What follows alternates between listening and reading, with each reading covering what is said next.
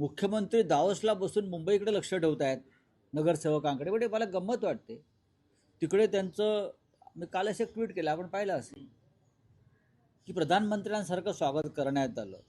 लोक बिक झेंडे विंडे हलवत आहेत, अशी चांगली गोष्ट आहे. एक मराठी माणूस म्हणून जर नरेंद्र मोदी देवेंद्र फडणवीस यांची देशाच्या पंतप्रधान पदाकडे पावलं पडत असतील, मुंबई जिंकल्यामुळे असं म्हणतात किंवा महाराष्ट्रात जिंकल्यामुळे, तर मराठी माणूस म्हणून आम्हाला अभिमानच आहे. त्यांनी करावं, त्यांनी जावं दिल्लीत, देशाचं प्रधानमंत्रीपदी दावा ठोकावा. महानगरपालिका जिंकल्या, नगरपालिका जिंकल्या, स्वित्झर्लंडला त्यांचं प्रचंड स्वागत झालं.